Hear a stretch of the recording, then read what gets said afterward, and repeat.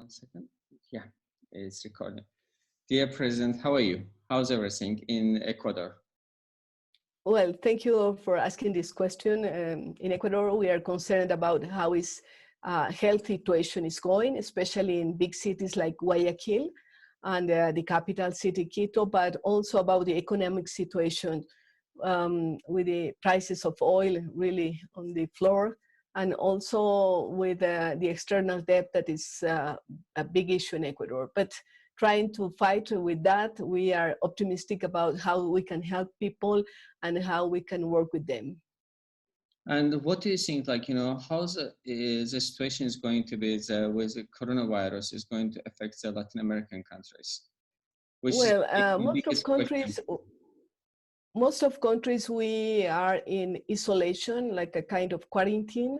And the problem is that this quarantine is working in terms of stop the expansion of coronavirus in a big dimension, but in other terms is like frozen the economy. And people need to have food and jobs and that kind of situations. Then in most of the countries, economy is another virus that is a problem in our countries. And we also, because I'm an educator, we feel that education is also stopped.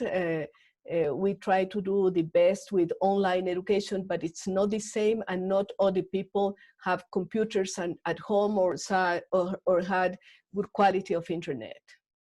That's another question, because UNESCO is calling an alarming issue that the education system is collapsing because almost a couple 100 million students are not in condition to have an access to the online education system. And it's going to be— I agree with the perception of UNESCO because the other risk is not only that now the students are out of schools and trying to do something online or trying to revitalize TV education or even radio education, but also because we are afraid also in Ecuador, in Latin America, about the risk of the students when the schools get open. They will abandon schools because they are this month and probably one more without school, and the parents in difficult economic situation. I think personally that we are getting back in education.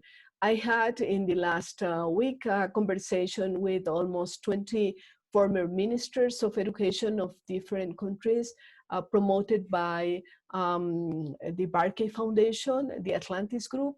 And we are all concerned about what's happening, not only in Latin America, but also in Africa, even in Europe, in North America, in Asia, about what's happening with education and how we can handle this situation. I feel that in the levels of importance for the governments, now the first is, of course, health. Second, economy, and maybe in third place is education. And we have to put in the first level education to help evidently the most fragile economies to go through this really bad situation. Oh, definitely. I mean, Ecuador is one of the countries that the entire world has to watch up because Ecuador in Latin America is one of the few countries which is most affected by coronavirus, and the world has to be mostly watching and supporting Ecuador. But it's important, what do you think about the President Trump withdrawing from World Health Organization? I mean, in this pandemic situation, when there is one international organization and the global company, organization, or country is withdrawing its support and its presence from that organization? Well, in the first part of your question about Ecuador, evidently we are some of the most fragile economies in South America. We are a dollarized country and we don't have the possibility even to devaluate the currency, and the dollar now is very high. Then our exportations are not competitive in terms of comparison with our neighbors like Colombia or Peru that have the same kind of products, for example, flowers between Ecuador and Colombia. And if we cannot devaluate it, the prejudice for the exporters is bigger. And it happens also in shrimps and other non-traditional goods to export.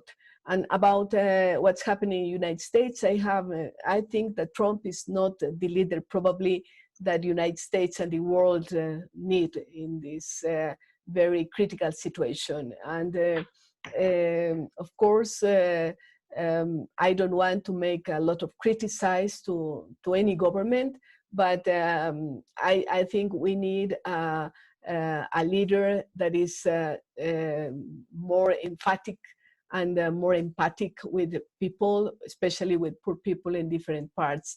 In case of Ecuador, we had a lot of migrants that live in United States. Probably almost 1 million of Ecuadorians are living there.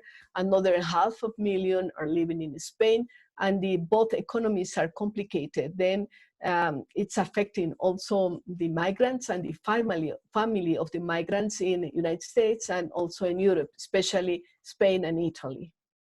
Yeah, that's a bigger problem. And what's your expectation? Like, how you see that the world is going to recover from this crisis? I want to be optimistic, and I want to think that the world can make a more solidary world, more justice with a better distribution of richness. I also think about how the environment can be a benefit of this situation. And we must learn, human beings, about the importance of maintaining our environment. Tomorrow is the 50th anniversary of the Day of the Earth. And I want to call the attention to the Earth and how we can promote a better quality of life without aggression. Without